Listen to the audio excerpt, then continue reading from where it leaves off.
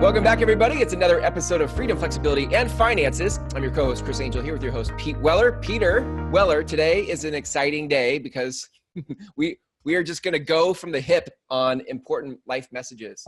Right. So we're looking for a topic, and I think the topic today is how do you lead a heart-centric business in such a mindful world? You know, we're taught to do more. We're taught to go for the gold. We're taught everything about kicking ass and taking names. Mm-hmm. And frankly, sometimes the heart just needs to slow down and make sure that relationships are more important than everything else that's going on. So, you know, you were asking me in a conversation around heart and faith and that there's a little bit more to Mr. Weller or Coach Weller, as you said it, that meets the eye. Right. I think there is. So here's the thing, because I think everybody has what they believe, what life has taught them. You had your birthday yesterday. How old are you now? I am, well, you know, I still don't know the answer to that. I think I believe that I'm 44. I was born in 1974. It's 2018. That ends in a 4. So I got to be 44. Pretty sure it's 44. That's good.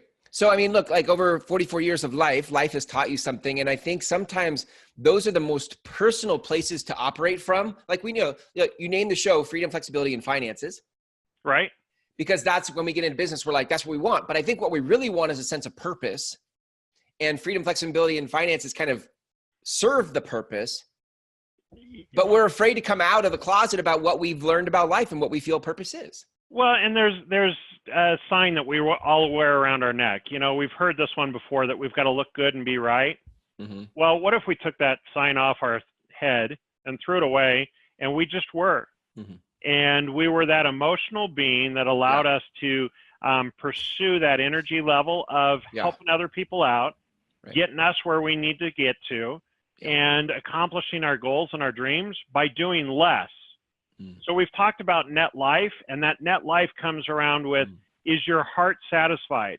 Is there enough money in the bank to be able to make it so that your heart is satisfied doing the work that it's doing? And what's your higher purpose in life? So my higher purpose in life is to make sure that people connect the dots. And you can't connect dots looking forward.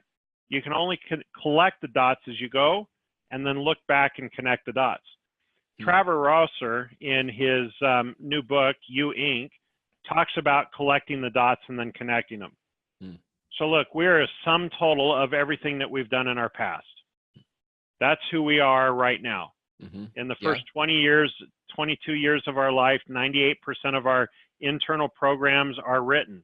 That's what we're going to base all of our decisions off of. The last 2% of that shows up over the course of the rest of our life. So what we do in coaching is we figure out what those internal programs are, what we agree with, what we disagree with, and we make adjustments to it. And sometimes we make adjustments because some of our internal programming might be thoughts that we had around of a situation, or emotions that we had around a situation that wasn't right, or wasn't really how we want to feel about that situation now. So what does the connecting dots do for me? What is looking back in my life, collecting dots, then connecting the dots? What does that do for me in my life moving forward? How does that serve me? Well, if you connect the dots looking back, that tells you who you were. Okay. And if you continue doing the same things that you've always done, and 20 years from now, you'll be able to connect the same dots because you did the exact same things. You'll be the exact same person that you are, except you're 20 years older. So if you're not satisfied with where you're at now, you've got to look at doing things differently. And a lot of that starts with, how do I change my internal programs to be different? There is a balance though, right? Between, like I'll say, there was a class I took years ago called Focused Living. A guy named Jack Hayford wrote the course. I think he was the founder of the Foursquare Church. I don't know, the Foursquare denomination. Sounds about right. And the course was incredible. One of the things he talked about was looking back in your life for the clues. I don't know if that's how he said it, but you look back in your life for the clues about who you are and how you're wired, or what you said earlier, like what makes your heart sing? What makes your heart come alive? And if you look back in your life, you can you can connect dots for things that matter to you. Correct. So in some ways, looking back could serve you moving forward, but also your bad habits and your old patterns and your limiting thinking from the past won't serve you moving forward. So there's this balance between like looking in the past for good clues and looking in the past for what to change. Yes? Yeah, No? correct. So let's shorten it up. So, we read in Brian Moran's 12-week year that basically each week ends up being a month. So how can we shorten the cycle to be able to tell if we're on target? That's one concept, to be able to shorten the feedback loop. A feedback loop is something where your programming leads to your thoughts all the way through point far, where your results come back to your programming. So if you're looking for different results, we need to shorten the feedback loop so that we can tell if we're on target or not. So how we look back at the past and collect those dots and how often we do it centers around our heart. So if we're only looking back once a year, once every other year, once every 18 months, our feedback loop is really wide and we can't change it. So if we shorten our feedback loop, it allows us to be able to get that moving forward quicker. And we can see if we're on target or off target. So an airplane takes off and it lands. Every point in between, it's making minor little adjustments to stay on target.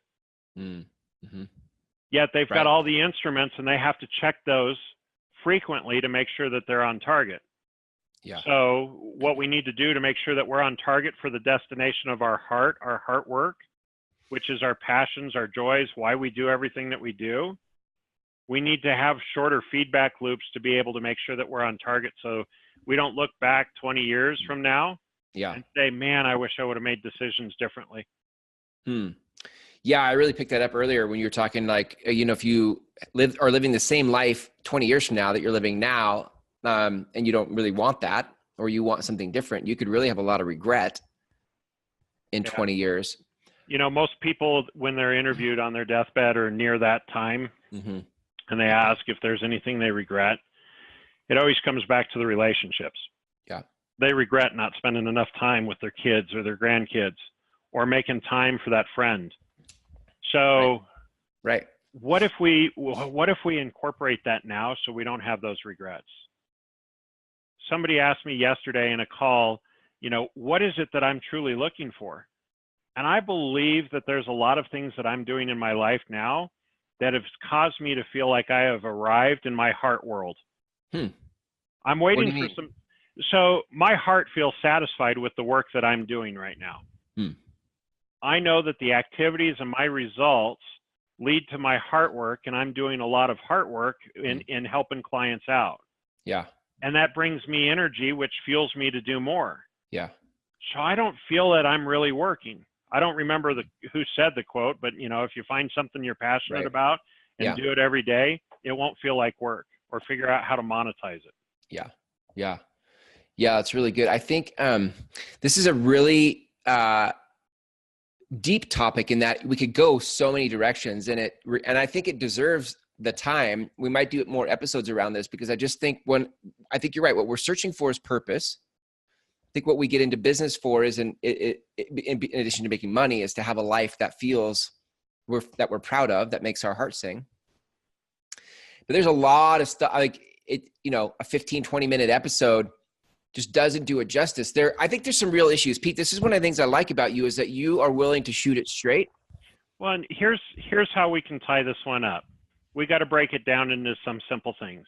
So we've heard that hope is not a plan, yet I believe hope is an extreme expectation. And I believe that faith is the things hoped for yet not seen. And where does our hope come from? Our hope comes from our heart. So what we're doing is we're discounting our heart to be able to move forward. By saying, we're not going to live a heart by discounting the hope. The hope is truly what we are built to do, is to be faith-based individuals, to go see our dreams and visions fulfilled and see others' dreams and visions fulfilled. And if you're not living a dream-centered or a hope-centered or a faith-centered or the word that we've been using, which is drawn a blank right now. Heart-centered. Heart-centered is, what do you have to do to be able to get there? And sometimes we just need 60-minute breaks to check in with our heart. I mean, do you schedule time down to be able to say, check in with yourself and say, is this what my heart wants to do? Or is everything I'm doing today leading to a heart-centered business? And I think if we take that time and build it into our schedules, our busy routines, that we can get farther down the road in shorter periods of time to have those things fulfilled. Well, let's do this. That's a great place to wrap. In the next episode, can we go dive deeper into like, how do we start to explore that question? Absolutely. Like, I think there's some very specific things we can do to start to get access to the answer to that question of like, is this? Yeah, let's dive into how to separate out the heart and the brain, and to be able to have those questions. And if you can't wait till next episode, reach out. Let's have a conversation. I'll walk you through it one-on-one. Yeah. Online schedule with me, and we're good to go. Yeah. People can schedule time with you where? The www.kindalikepete.com. Okay. Pick a 60-minute for this particular topic. We're going to dive deep, and I want you to put in there, I want a heart-centered business. I love it. I love it. So good, Pete. This is an important conversation. And I love that you are taking it on, because I think a lot of people come from just X's and O's. And I think when you can combine the X's and O's of business with the soul of business, I think you end up having a really powerful combination. So Absolutely. looking forward to this. I'll see you next time. Absolutely.